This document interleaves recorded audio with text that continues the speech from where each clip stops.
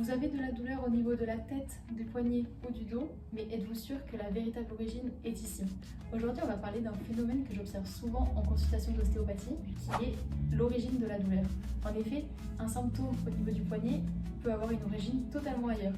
Donc vous allez voir que le corps humain fonctionne en chaîne et qu'une douleur ici à la mâchoire peut venir de votre cou ou autre. On va ensuite parler donc des tests que vous pourrez réaliser chez vous pour essayer de comprendre si la douleur que vous présentez vient de cet endroit ou d'ailleurs.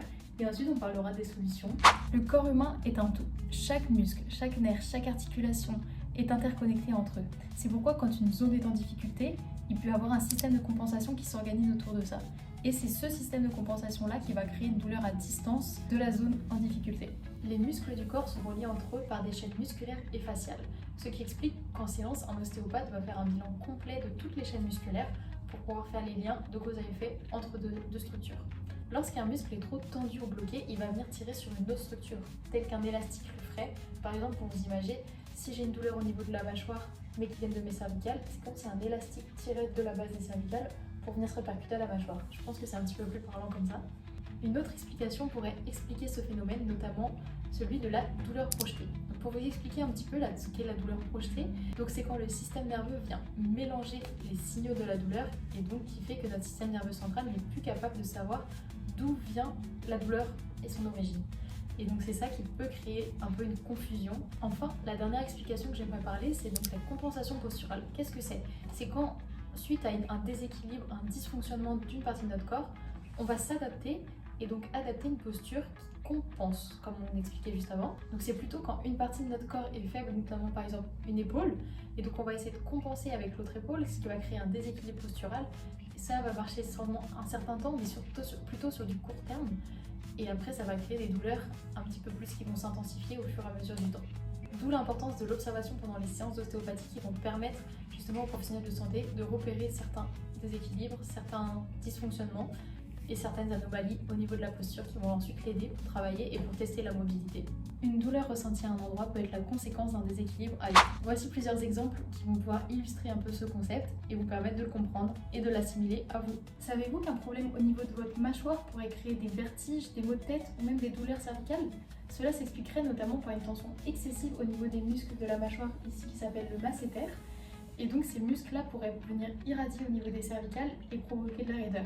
Je vais vous proposer un petit test à réaliser chez vous pour pouvoir savoir si des douleurs que vous auriez au niveau des cervicales, des vertiges ou même des maux de tête viendraient de votre mâchoire. Donc pour cela, vous allez vous mettre deux doigts de part et d'autre juste devant l'oreille, de part et d'autre de l'articulation temporomandibulaire, et vous allez ouvrir légèrement la bouche. Et vous allez voir si vous allez essayer de sentir s'il y a un petit décalage gauche-droite, des crépitements, un peu une façon crantée où le mouvement ne se ferait pas de façon fluide, ça pourrait être une indication qu'il y a des problèmes au niveau de votre mâchoire. Donc j'ai un deuxième exemple à vous proposer, notamment en cas de douleur ou de picotement, de fourmillement ressenti dans la main, qui pourrait être expliqué par des tensions au niveau de la nuque et des cervicales. En effet, le long de notre colonne, tout du long du rachis, on a des nerfs qui sortent de part et d'autre, qui vont venir innerver le bras de façon moteur et sensitive. Et donc c'est en cas de tension ou une irritation d'un nerf au niveau du cou qu'on peut ressentir des petits signes neuropathiques, notamment, donc comme j'expliquais juste avant, des fourmillements ou des engourdissements. Donc le test que je pourrais vous proposer pour savoir si votre douleur ou vos fourmillements au niveau de la main viendraient ou non du cou, ça serait donc de tendre le bras paume vers le haut, d'être bien droit, bien stable, pourquoi pas le faire debout aussi, et d'incliner la tête du côté opposé. Si on sent des fourmillements, des douleurs, des picotements au niveau de la main, ça viendrait supposer que les douleurs viendraient du cou. Et maintenant qu'on comprend un petit peu plus les causes et le mécanisme de la douleur à distance, on va ensuite pouvoir passer aux solutions et aux exercices pratiques. Donc le premier, ça va être au niveau de la posture. On va se mettre droit, on va faire quelques petits pas, on descend les épaules et on va faire ensuite des grandes inspirations et on souffle, comme ça.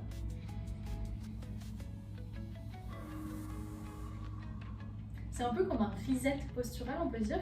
Et ça sera à faire vraiment autant de fois dans la journée, en cas de tension, en cas de problème de posture, quand on sent les épaules sont un petit peu dans la tête. C'est vraiment à faire autant de fois qu'on veut. Le deuxième exercice que je vais vous conseiller, ça va être l'automassage. On va pouvoir commencer pour montrer un automassage au niveau de la mâchoire.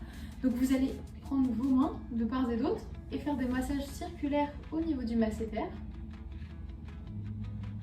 On n'y va pas trop fort, juste juste pression au niveau de la mandibule. Le deuxième exercice d'automassage que je vous proposerai, ça va se passer allongé, on va travailler au niveau du diaphragme. Donc on va se mettre sur un lit, sur n'importe quelle surface plane, et ensuite on va venir appliquer une légère pression au niveau des côtes bilatérales des deux côtés. On va prendre des grandes inspirations et en même temps on viendra bloquer les côtes quand on inspire et quand on souffle, on pousse.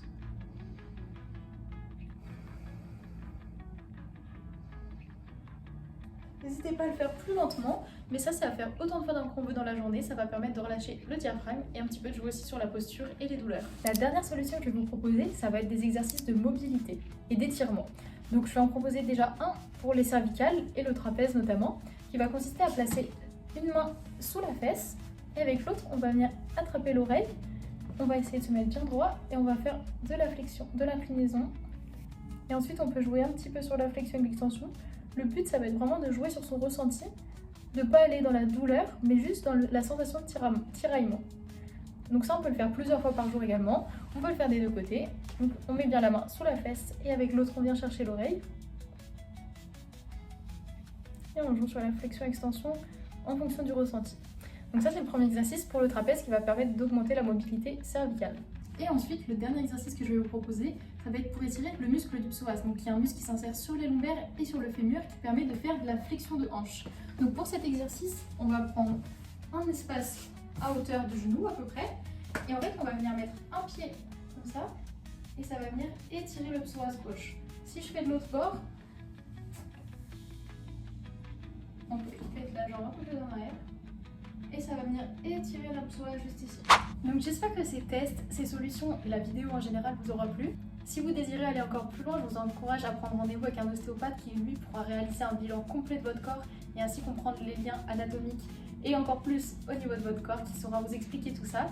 Et ensuite, vous pourrez repartir de façon plus apaisée et plus relâchée. N'hésitez pas à me dire si vous connaissez ce phénomène, si vous en aviez déjà entendu parler. Et s'il y a d'autres sujets de vidéo qui vous intéresseraient, n'hésitez pas à me le dire également. Au revoir!